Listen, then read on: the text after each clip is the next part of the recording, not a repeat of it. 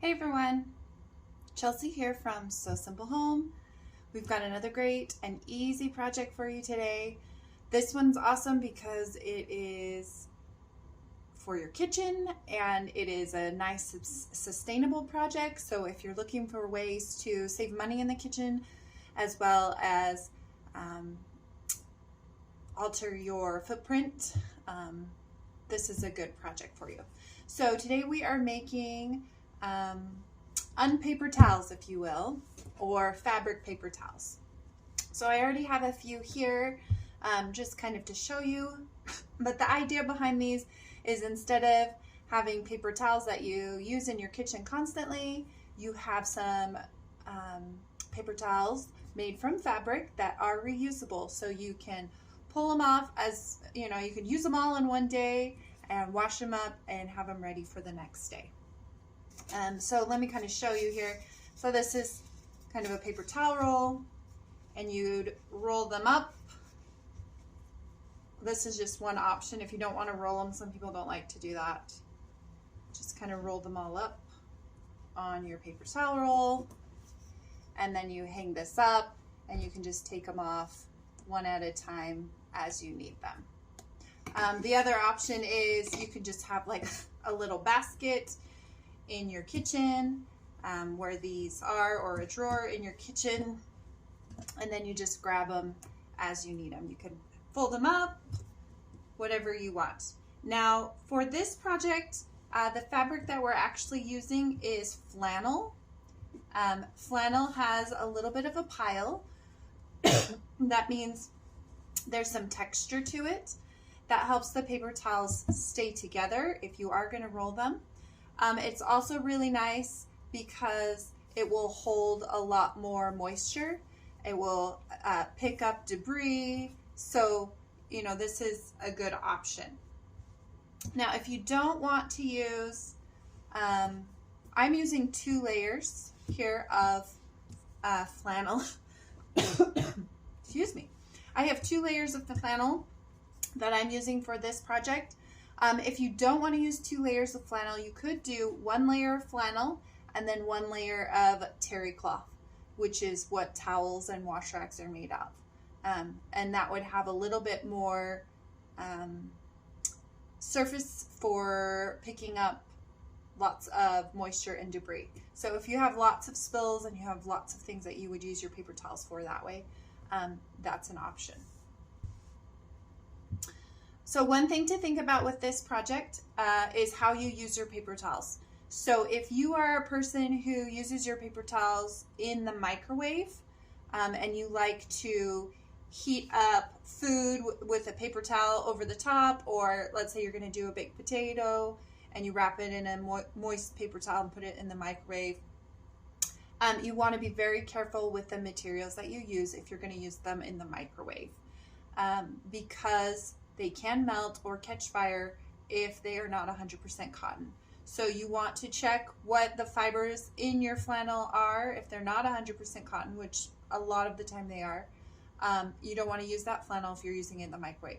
You also want to check your thread. If your thread is not 100% cotton, then you don't want to put that in the microwave as well. So that's just another layer. Now, if you're only going to use these paper towels, these reusable paper towels, you know, around your kitchen to clean up spills and messes, then that's not something that you need to worry about.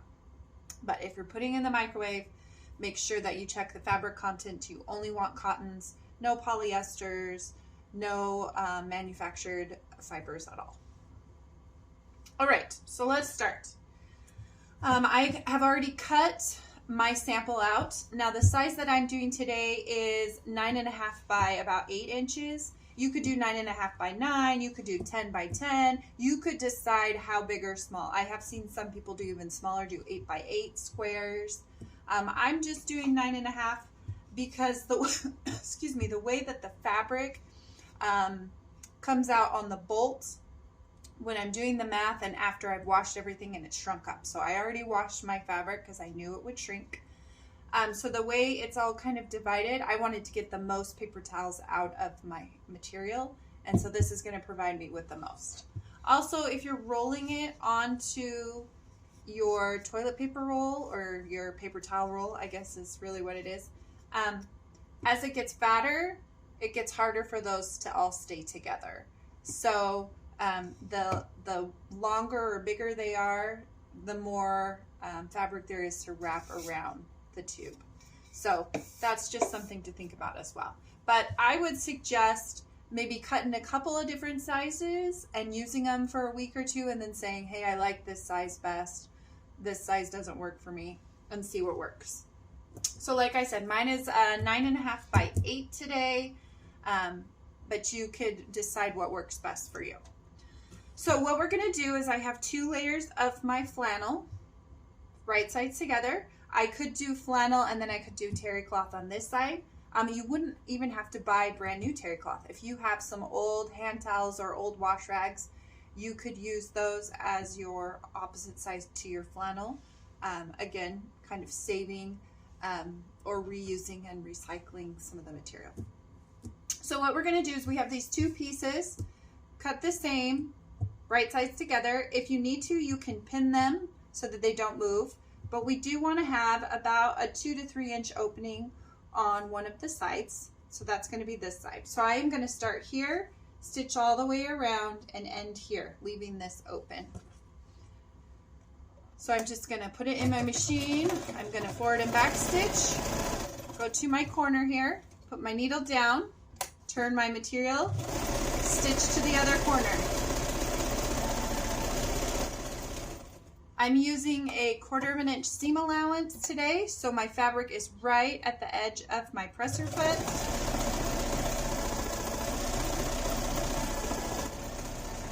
Get to my other corner, put my needle down, turn, keep stitching.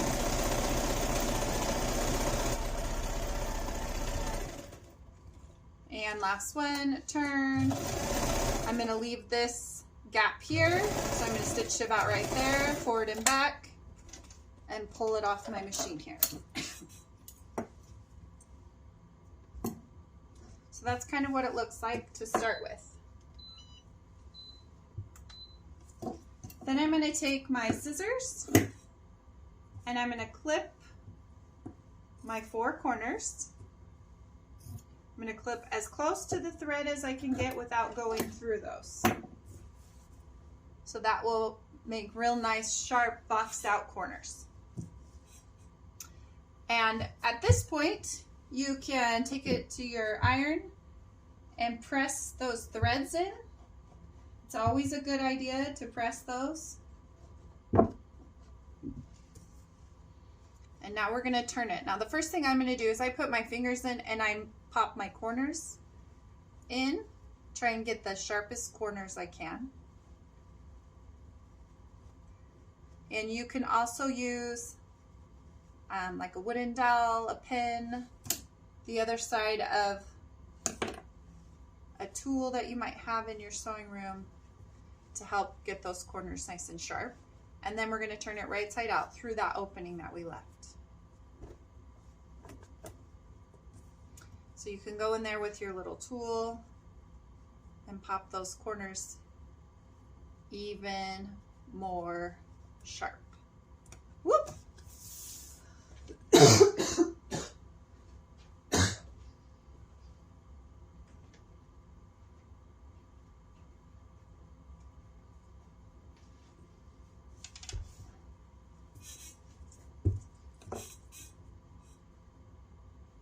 Okay, that's kind of what we're looking like. Okay, and then you can take your press and just kind of press those edges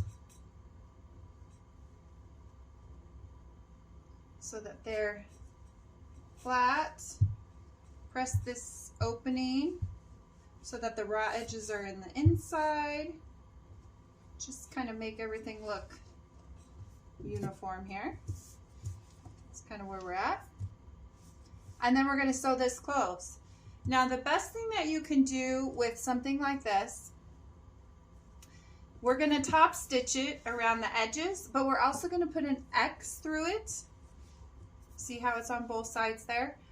That makes it so that the two layers don't separate when you're using it, because there's two layers there.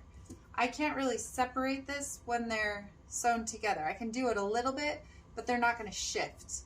So that just keeps those layers together. It also makes it just a little bit stronger, a little more durable. So for this, I'm going to find the side that has my opening here. I'm going to start at the top and stitch down. Then I'm going to stitch across. Then I'm going to do my diagonal, stitch across, and my other diagonal. Okay, and that just kind of closes everything off and gets that diagonal in there without me having to pick my needle up and cut my threads like at all.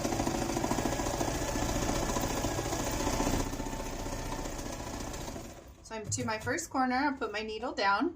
Now I'm top stitching, so I'm trying to get as close to the edge as I can. Got to my other corner, and now I'm going to do a diagonal. And again, this is really mostly so that I don't have to cut my threads. So it saves me a little bit of thread and it saves me time because I don't have to keep stopping and starting and all of that. And it might take you a little bit to get a hang of it, but you will. Then right into this corner, put my needle down. Then I'm going to turn and I'm going to do this side here. So it's a little awkward, but you can kind of fold your paper towel here. Go down this side. Get to this corner, put my needle down. Now I'm going to do the other diagonal. And you can kind of see, I'm not really pulling, but I'm tugging enough so I can kind of see the line of where to sew to get my diagonal the best. And then I'll back stitch and cut my threads. Now that leaves one side open here. This side I didn't top stitch. You're more than welcome to go back and top stitch, but I'm not. I'm gonna pop it under my press there. And then we're gonna kind of show you how you can roll these.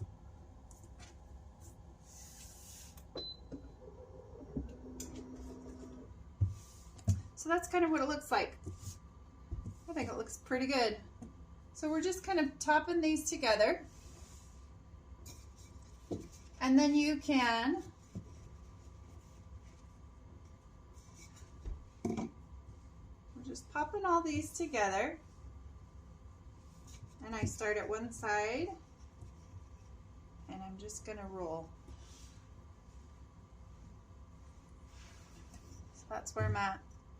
Then when I need a paper towel, I can pull it off as I go, right? There's lots of different methods that, again, that you can use. So that's kind of what it looks like. Super simple. This is not a difficult project.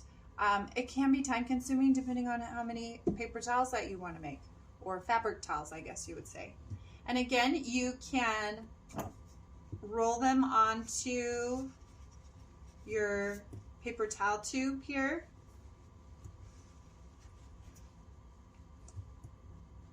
And have them easily accessible that way.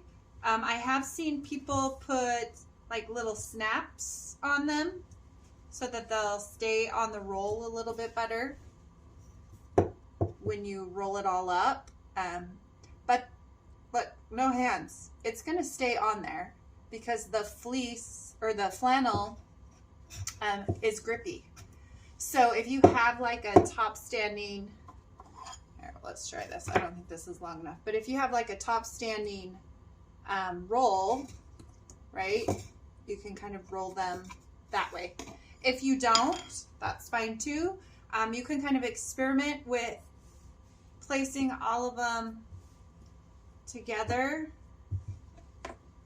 and then kind of rolling them up in a method that works for you.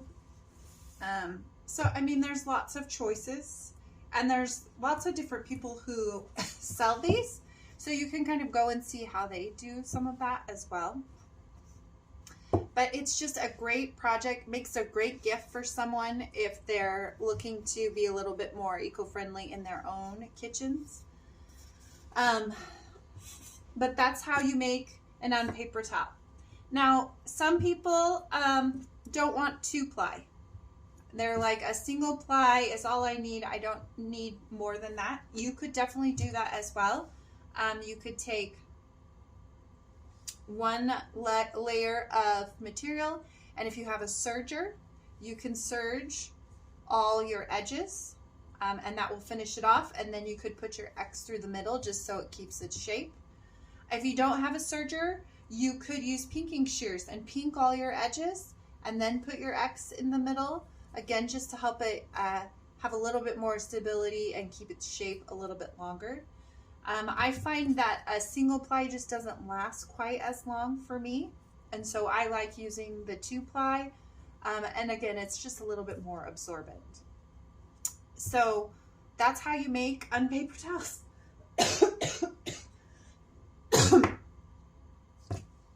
But that is how you make Unpaper towels. So let me know if you have any questions in the comments. Let me know if you've ever done Unpaper towels, if you made reusable paper towels. What's worked for you? Maybe what measurements or size of paper towel you like the best. How you store them. Do you store them? Do you fold them and store them in a drawer? Do you have a basket? Do you put them on a tube and are able to access them easily? Let us know in the comments what works for you and what you like. And again, if you have any questions, let me know. And we will see you guys in our next video.